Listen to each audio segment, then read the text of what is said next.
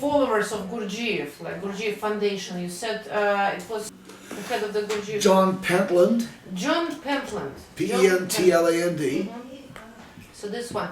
And who was Mr. And Kathy Spieth, S-P-E-E-T-H, and she would probably be delighted to talk to you. So who was Mr. Orange? All right. So she's going to... You really want to know? That. It's a long story, but I'll make it short.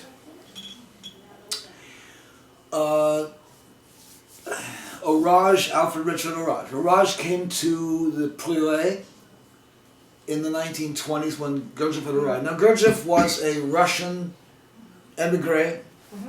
He was suspected of being a member of the Bolsheviks' intelligence service, or the Menshevik intelligence service, or some other intelligence service. He was, and he was. He was barred from going to England. He was barred from landing in England even. They were afraid of him. The English were afraid of him. The French tolerated him. He immediately connected up with the Russian and the Armenian community and the Turkish community and the Greek community. He was Greek. You know he was Greek. Georgiadis was his real name. Georgiadis. Georgiadis. Georgi, George. Yeah, Georgi, Georgiadis. George. And he Russianized it. When he went to Petrograd, the first thing he did was Russianize his name. Georgiev. All of a sudden it's Gurdjieff. So then in the West, he kept the Russianized name, but he didn't explain that he was actually a black Greek transplanted to the Caucasus, and that he went to the Caucasus during the Great Experiment, the Great Social Experiment, and he was in cars and so forth. Now, when he was in cars, he was as a child.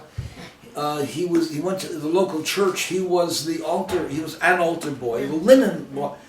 The linen mistress was a woman that Claude met, and I knew for years and years. And you met Tersman, right?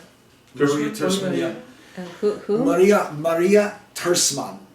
She was the linen keeper in the church. And she knew Gurdjieff when he first arrived as a Greek. And his family had arrived, and they acclimatized themselves little by little. And he would make trips out into wilderness areas, which were not very far from him. Today you can go to websites, and go to YouTube, and you'll see Yazidi dances, and the secret Gurdjieff dances, and all the Sufi dances. They're out on YouTube. There's a million of these things out there. It's not a big secret. It never was a big secret. But in order to get people excited, Gurdjieff made it like it was a big secret. And at that time, in the 20s and 30s, you couldn't go check it out. There was no way, and there was hardly any internet. So Orage shows up and goes to the Prieuré, and the next thing we see, he's sort of in charge of things. He's got because he has some skills, he has language skills, he speaks Turkish and stuff. So Gurdjieff had a basic problem of communicating. His basic problem of communicating was that most of his students were not understanding what he was saying. They didn't understand his words. He wanted to make sure that somebody who understood his inner thoughts also did the translation. He wanted to have the best possible translations of his ideas. Orage was the best he had for a long, long time. From which language? Russian to English. From Russian to English. Yeah, so through Turkish. Orage was by way of Turkish. Orage was an interpreter of Gurdjieff. Yeah, some would say so. Functions, and he was a kind of a wheeler. He was a kind of a power guy, a leadership person. But he fell in love with a woman who came from America, from New York, and he followed her like a dog to New York City. and stood panting at her bookshop. He basically got involved with her, took over her bookshop, and turned it into a place for him to get students. And then, this is the problem, he began to attract hundreds of students because he had tremendous charisma. You know, like Uspensky, lots of charisma.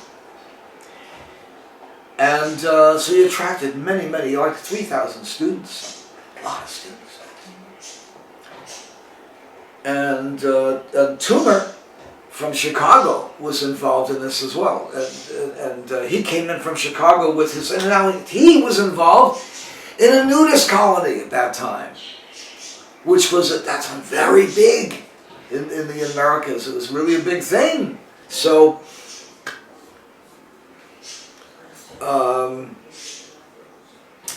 people started to kind of depend on Orage. Orage basically stopped them right there and said, you can't get past me. You got to get past me to go to Gurdjieff. You can't go, you won't see, you have to make sure I am the only one that can do it.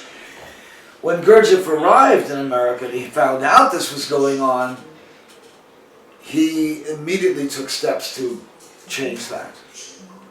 So Orage went over the bounds for power and should never have done that. So you hear more about John Bennett. Mm-hmm. John and I were dear friends, and through Rashad, I knew John through Rashad mostly.